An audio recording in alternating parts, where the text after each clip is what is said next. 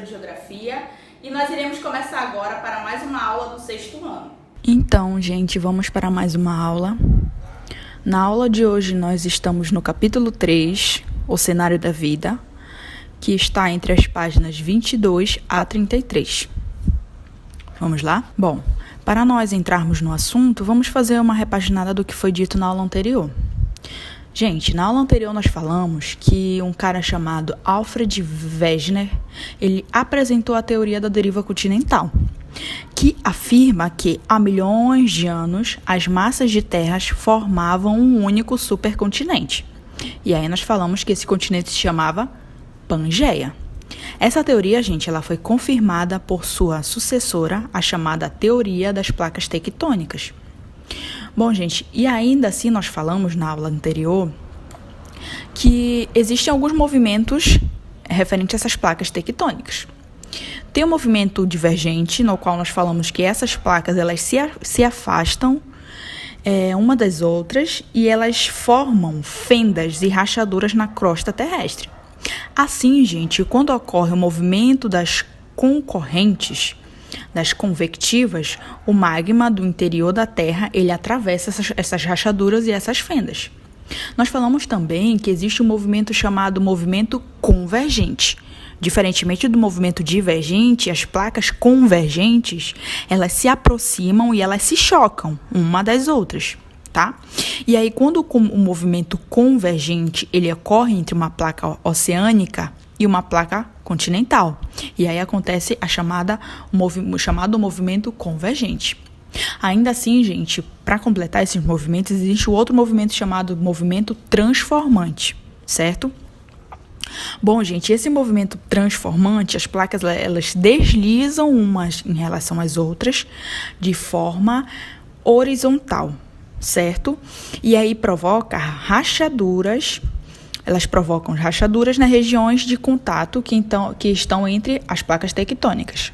Gente, olha só, nesse movimento, tá? Nesse confronto de horizontal, não há destruição nenhuma de placas, tá? Podendo, então, em alguns casos, originar falhas, ok? E aí nós falamos, gente, que existem relacionados a esses movimentos de placas e tudo mais, numa forma no interior da crosta, existem algumas coisas chamadas. Um primeiro seria o abalo sísmico, que nós falamos, que está relacionado ao terremoto, tá? E o que é o terremoto? O que é esse abalo sísmico? Ele nada mais é do que um tremor da superfície terrestre produzido por formas naturais situadas no interior da crosta terrestre, tá? E aí também nós chamamos na aula passada que tem, além do mais, além desse movimento interno, ou seja, no interior da Terra, que nós não podemos ver, apenas sentir, nós também temos o chamado vulcanismo, tá? Que nada mais é do que um fenômeno geográfico relacionado com atividades vulcânicas. E aí nós falamos que existem os vulcões inativos, ativos, e os que não existem mais, certo? E através esse magma que ele vem do interior da Terra até chegar à superfície, tudo bem? Tudo isso nós falamos na aula anterior. Bom, crianças, vamos de fato agora falar na aula de hoje. Acompanhem comigo.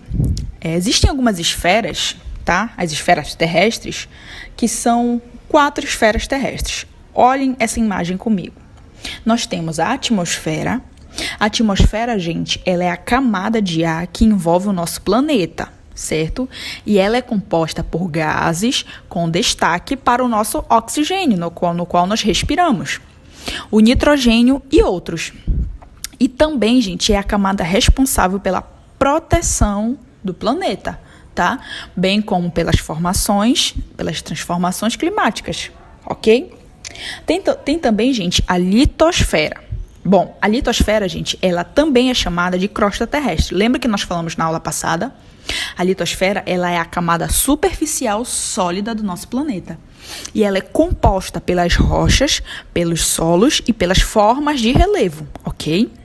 É nela, gente, que habitamos, construímos nossas sociedades, nós cultivamos nossos alimentos e realizamos nossas práticas econômicas. Ok.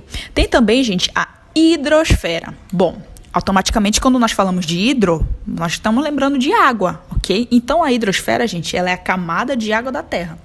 E ela é composta pelos rios, pelos lagos, pelos oceanos e pelos mares. Além da umidade presente, que também influencia no clima. A existência de água, gente, na hidrosfera, no nosso planeta, ela é vital e importante para a manutenção de vida no nosso planeta, ok? E aí, para fechar, nós temos a biosfera. Bom, gente, a biosfera, ela é a camada de vida, ok? Camada de vida, envolvendo todos os seres que habitam no nosso planeta, o que inclui, obviamente, nós, seres humanos, ok? Gente, a biosfera ela só pode existir a partir da combinação das demais esferas. Vocês observem nessa imagem que a biosfera ela vai interligar tanto a atmosfera, a hidrosfera e a crosta terrestre ou litosfera. Ok? Então, para que possa existir a biosfera, tem que ter uma junção de atmosfera, hidrosfera e crosta terrestre. Ok? E aí, vocês estão observando nessa imagem posta para vocês. Crosta terrestre e litosfera. Ok, gente. A litosfera, gente, como nós já falamos, ela é a camada superior rígida da Terra. Ela apresenta temperaturas inferiores em relação às demais porções do nosso planeta. E ela cerca mobilidade e estrutura dinâmica.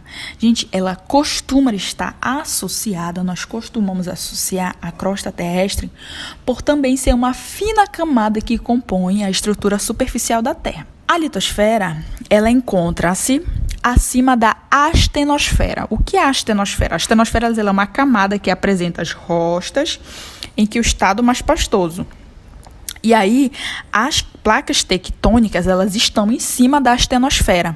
E aí, por isso que nós podemos observar um movimento. O que faz com que haja movimentação? É essa astenosfera, que ela é uma camada ela é pastosa e faz com que haja o movimento das placas. Tudo bem? Observe comigo que nós já apresentamos essa imagem, tá? Essa imagem aqui são as camadas da Terra. Tá? Seria o núcleo interno, que nós já falamos, o núcleo externo, o manto e a crosta terrestre, ou litosfera. Formas de relevo. Então, olha só. Para que nós possamos definir a forma de relevo, tá? Nós temos que também, vocês precisam compreender o movimento dessas placas, dos movimentos divergentes, convergentes e transformantes, para que aconteça as formas de relevo.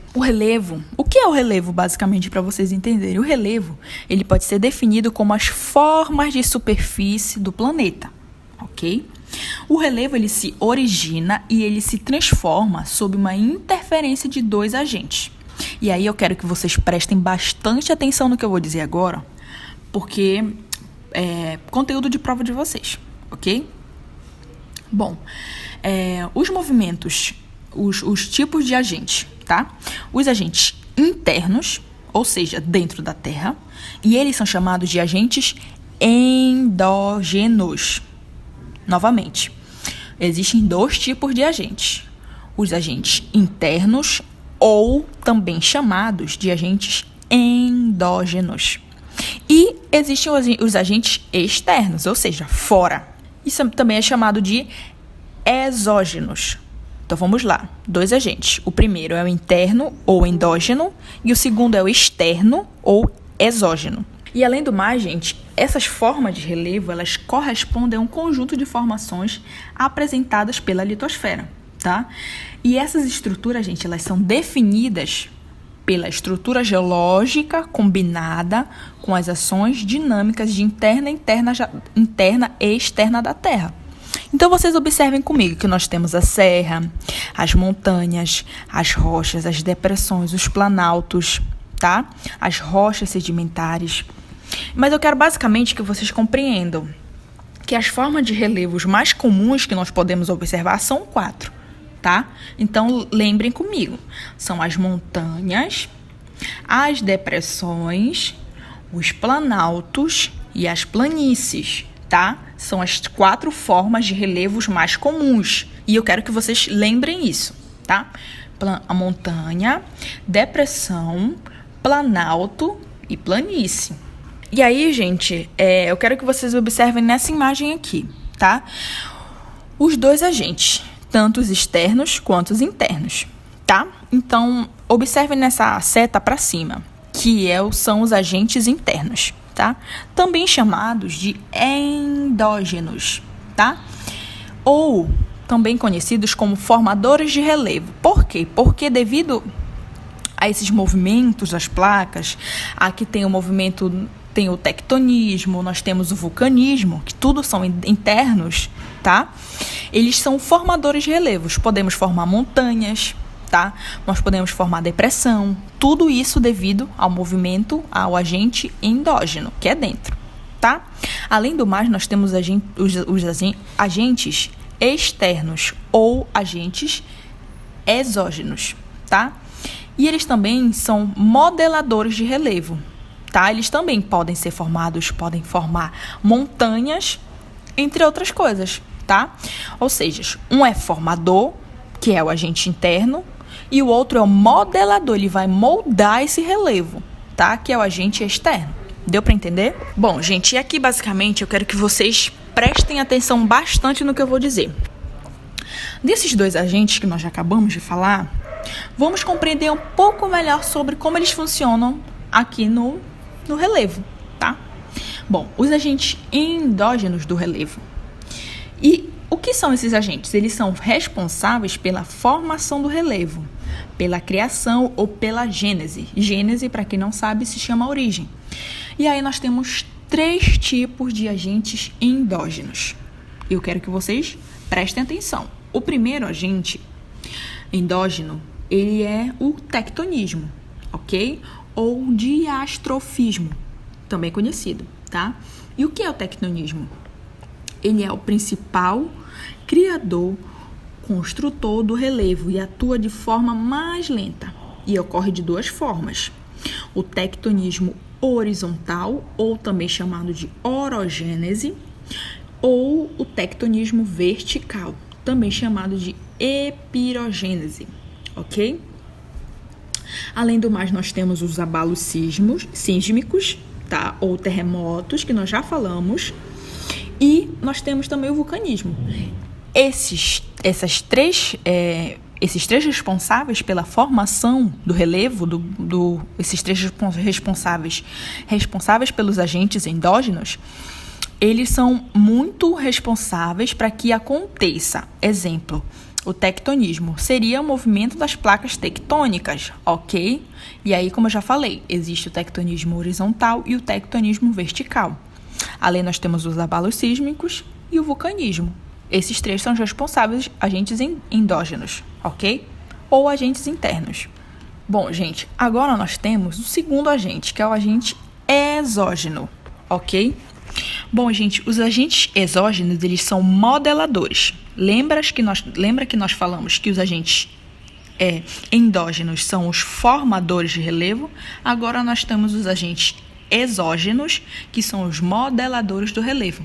E eles são responsáveis pelas formações ou feições desse relevo, ok? E os principais agentes exógenos ou externos são o intemperismo, a erosão e a sedimentação. O intemperismo, ele é o processo natural da decomposição ou desintegração de rochas e dos solos também, tá? E os seus minerais constituintes por ação dos efeitos químicos, ou seja, esse intemperismo ele pode ser ocasionado por ação dos efeitos químicos, dos efeitos físicos e dos efeitos biológicos, tá? E que resultam na sua exposição aos agentes externos, tá? Então, o que é o intemperismo? O intemperismo é o processo natural da decomposição ou desintegração de rochas. Nós temos a erosão. E o que é a erosão? Gente, a erosão ela é a ação de processos superficiais que remove solo, rochas ou material dissolvido de um local na crosta terrestre e eles são transportados de um local para o outro. Quem transporta basicamente esses sedimentos, tá? De rochas, de material dissolvido, é o vento, ok? O vento ele transporta, ok? Ele pode transportar. Então, a erosão ela é a ação dos processos superficiais que remove o solo, tá? Rochas ou material dissolvido. E aí nós temos a sedimentação. Gente, a sedimentação ela é o processo de desgaste de rocha dos solos. E ela é ocasionada a partir dos agentes externos ou exógenos de transformação, ok? E os sedimentos, gente, eles são pedaços de solo ou rochas deteriorados em pequenas partes, ou até em pó e em poeira, tá? E também aqui, a sedimentação, quem transporta esse pó, essa poeira, tudo é o vento, ok? De um local para o outro. Então, vamos lá. Intemperismo. O intemperismo, lembrando, gente, que o intemperismo é o processo natural de decomposição ou desintegração de rochas. A erosão, ela é a ação de processos superficiais que remove solo, rochas ou material. Erosão é a remoção de solo, rochas ou material. E a sedimentação, que é o processo de desgaste das rochas ocasionadas por agentes externos, tá? E os sedimentos, eles são pedaços de solo ou rochas deterioradas. E aí, gente, quem são? Nós já falamos nos agentes endógenos que quem faz essa modelação é o tectonismo, os abalos sísmicos e os vulcanismos. E agora, nos agentes exógenos, quem faz isso? Basicamente são 3, tá? Os rios. O que são os rios? Os rios eles formam as planícies fluviais e os deltas. As chuvas, elas são as enxurradas que provocam os desgastes do solo e podem provocar o aparecimento de vossorocas. E o mar? As águas oceânicas, elas modificam as formas de relevo do litorâneo por meio de um trabalho construtivo e destrutivo. Então, você observe, por exemplo, quando você vai a uma praia, que nas encostas que tem, principalmente assim das rochas que vocês observam, existem deformações e existem também construções. E isso tudo é o mar quem faz, ok? Devido ao processo da água. Além do mais, gente, nós temos também os ventos, como nós já falamos. E o vento, gente, ele tem 2 ações, tá? A ação destrutiva, tá? No qual os ventos varrem as areias, que se chama deflação. E nós temos também a corrosão. O que é a corrosão? Ela consiste em atirar partículas contra o relevo, causando-lhes um intenso lixamento, tá? E nós temos a ação construtiva. Quem é que constrói? O vento pode construir? Pode. Ele pode construir dunas e solos. E também nós temos as geleiras. E aí nas geleiras nós temos a erosão glacial, que elas formam vales em forma de U. E nós temos a acumulação glacial, que são as moraínas. Então, nos agentes exógenos nós temos rios, chuvas, mar, vento e geleiras. Então, na aula de hoje, nós aprendemos que existem alguns modeladores do relevo, tá? Existe o modelador interno e o externo, no qual no interno nós temos o tectonismo, o vulcanismo, tá? E também nós temos o vulcanismo, o abalos sísmicos e o tectonismo, tá? E também nós temos os exógenos, que é o intemperismo, a erosão e a sedimentação. E quais são esses processos? Quem faz esses agentes exógenos? Rios, chuvas, mar, vento e geleiras, tá? Então, gente, observem comigo esse mapa mental aqui, tá? E aí eu quero que vocês dêem uma observada mais com calma nas camadas da atmosfera, tá? E aí, gente, nas camadas da atmosfera, eu quero que vocês prestem atenção. Observem comigo essa imagem, que foi um mapa mental feito por mim, tá? Nós temos a troposfera. Gente, na troposfera é a camada mais poluída e mais densa. Nela ocorrem chuva e vento, ok? Acima dela, nós temos a estratosfera. Gente, a estratosfera é onde acontece a camada de ozônio. O que é a camada de ozônio? Ela é uma camada que protege a Terra, ok? Na estratosfera. Acima da estratosfera, nós temos a mesosfera. E aí, gente, na mesosfera ocorre a incineração dos meteoros. Nós temos também, gente, acima da mesosfera, a termosfera. Gente, na termosfera, lá é mais quente e acontecem as ondas de rádio.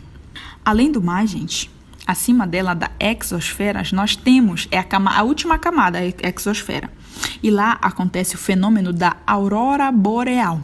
Então, nesse mapa, eu quero que vocês observem as camadas da atmosfera, no qual existem 5 camadas, que é a troposfera, estratosfera, mesosfera, termosfera e exosfera. E eu quero que vocês leiam no livro de vocês o que acontece em cada camada da atmosfera. Então, gente, eu quero que vocês façam as atividades que está pertinente aí no livro de vocês, nas páginas 55, 56, 57 e 58. E essas atividades nós já falamos dela, ok? Então, eu espero que vocês tenham compreendido a aula de hoje. Qualquer dúvida, vocês entrem em contato comigo para que nós possamos sanar essa dúvida, tá? Eu peço que vocês estudem com carinho esse vídeo, ok? Anotem as dúvidas de vocês, porque ela deve ser tirada durante as nossas aulas. Tudo bem, gente? Então, espero que vocês tenham compreendido e fiquem com Deus. E é isso aí, gente. Espero que vocês tenham compreendido. Qualquer dúvida, entre em contato conosco.